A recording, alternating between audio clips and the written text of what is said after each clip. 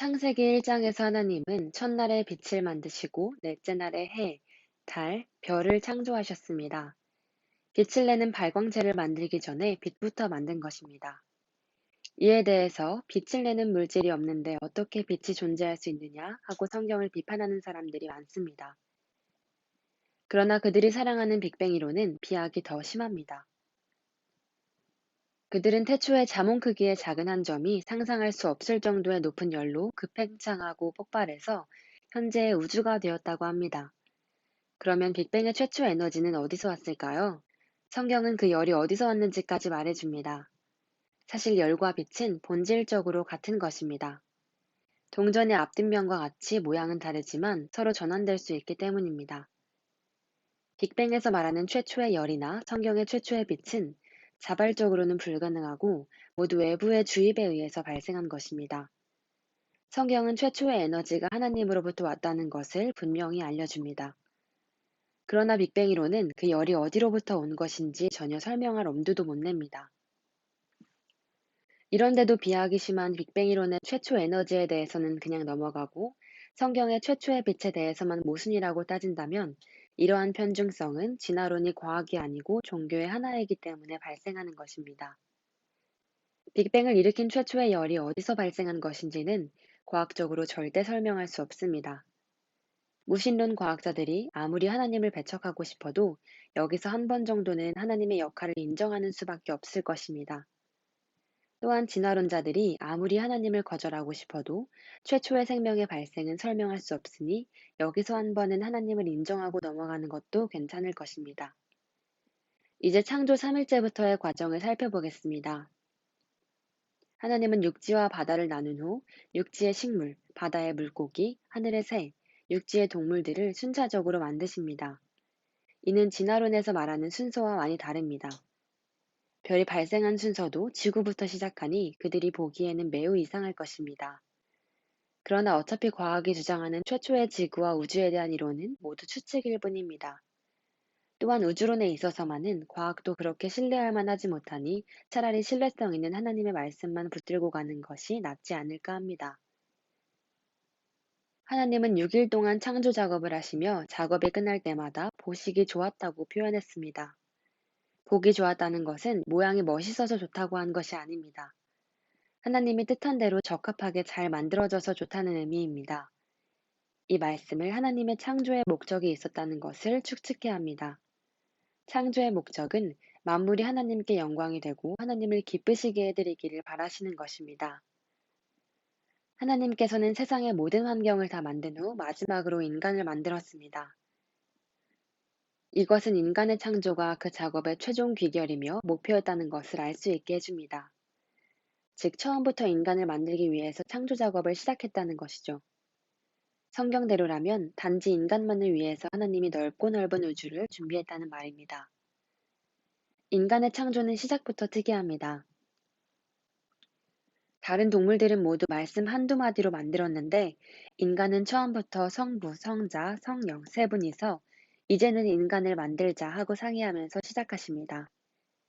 그리고 인간의 특징은 하나님을 닮게 만드는 것으로 하고 인간의 역할은 세상의 모든 것을 다스리는 것으로 정합니다.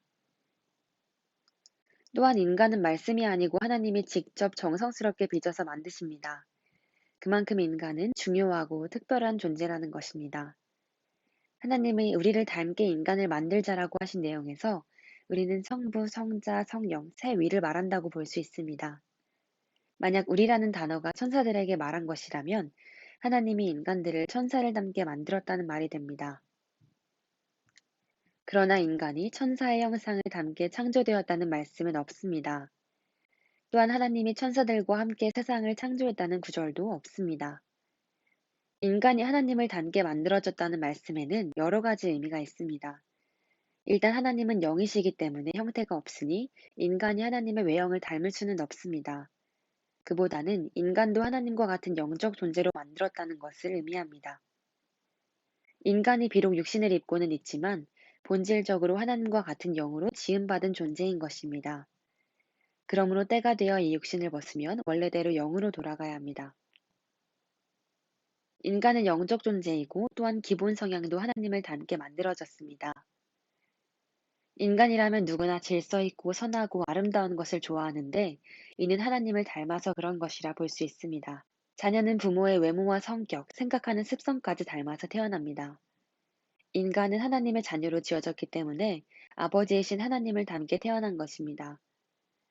그러므로 하나님이 이스라엘 민족을 그의 아들이라 부르기도 하십니다. 또한 예수님을 믿고 하나님의 자녀가 된 사람들은 하나님을 아버지라 부릅니다. 우리는 하나님의 자녀이기 때문에 하나님께 매우 소중한 존재이고 우주의 주인의 자녀이므로 세상의 어떤 것보다도 더 귀한 존재입니다. 이 세상에서 하나님을 닮게 만들어진 존재는 인간밖에 없습니다. 인간은 하나님의 유전자를 가진 특수한 존재이므로 세상을 창조하고 지배하는 하나님의 능력을 다 가지고 있습니다. 그래서 인간의 창조 능력이 문화와 과학의 발전을 일으킵니다. 이러한 창조 능력은 인간이 지능이 높아서 가지게 된 것만은 아닙니다. 원숭이나 기타 인간 수준의 지능을 가진 다른 동물들은 수천 년이 지나도 경험을 쌓고 새로운 것을 창조하면서 문화를 발전시키지 못합니다. 창조 능력은 하나님의 속성을 가진 인간만이 가진 고유한 특성인 것입니다. 사람은 또한 세상을 지배하는 하나님과 같이 세상을 선하게 지배하는 능력을 갖추고 있습니다. 인간의 지배 능력은 동물들과 달라서 단순히 본능에 따른 욕구를 만족시키려 하는 수준은 아닙니다. 또한 인간은 세상 모든 피조물을 다스릴 권리를 가지고 있습니다. 하나님이 능력을 갖추게 하시고 그 능력을 사용할 권리까지 주신 것입니다. 인간이 하나님을 닮은 존재로 지음받았다는 것은 또 다른 중요한 의미가 있습니다. 하나님은 우주의 창조자요 절대주인이신데 하나님의 형상을 하고 있고 하나님의 귀중한 자녀들인 인간을 해친다면 이는 하나님에 대한 도전행위가 될 수 있습니다. 그러므로 인간을 함부로 해치거나 부당하게 대우받지 못하게 하는 것입니다. 인간은 그만큼 존귀한 존재인 것입니다. 그러므로 우리가 가난하다거나 못 배웠거나 못생겼다거나 등 인간적으로 좀 못마땅한 생각이 들어도 너무 실망할 필요 없습니다.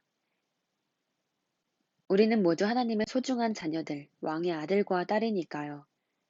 이 세상에 성경만큼 인간을 존귀하게 여기는 곳은 없습니다. 여기서 인간 존중 사상이 나오고 오늘날과 같이 인권이 높이 존중받는 시대가 온 것입니다. 하나님께서 인간을 그와 닮은 존재로 만든 데는 목적이 있습니다.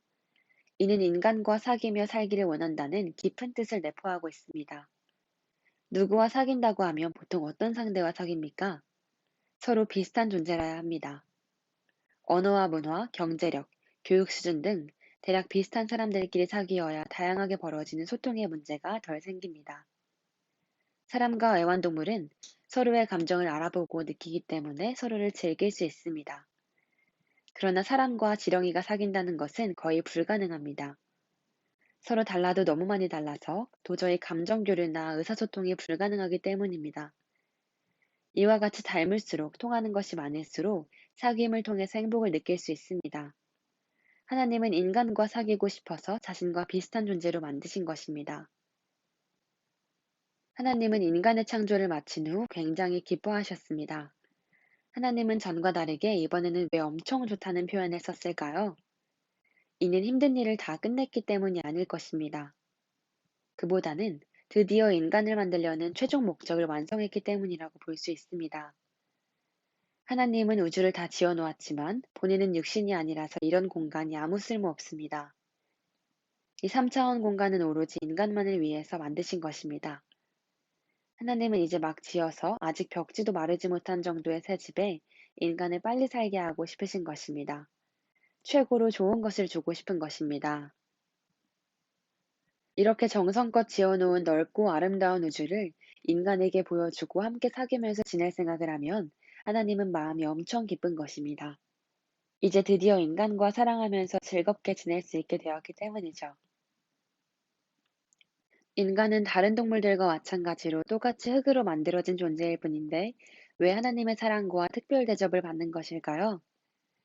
하나님께서 인간에게 뭔가 바라는 것이 있어서 그런 게 아닐까요? 그것은 바로 인간이 하나님을 기쁘게 해드리기를 바라시기 때문입니다. 그런데 만약 인간이 하나님을 기쁘게 해드리는 일에는 전혀 관심도 노력도 안 보이고 오로지 자신의 즐거움만 추구한다면 이는 하나님을 대단히 실망시키는 것이 됩니다. 인간에게 많은 능력을 주고 만물의 지배자로 세우시고 그에 맞는 수준의 역할을 말했는데 인간이 아무 노력도 안 하면서 조건부로 허락해 주신 특권만을 향유한다면 이는 후에 특권의 박탈뿐만 아니라 징계의 대상이 될 수도 있는 것입니다. 또한 흙에서부터 나왔지만 존귀한 존재로 높여졌는데 사람이 이를 포기하고 육신의 즐거움만 찾는다면 이는 자신을 다시 원래의 흙먼지 수준으로 낮추는 것입니다. 어떻게 해야 하겠습니까?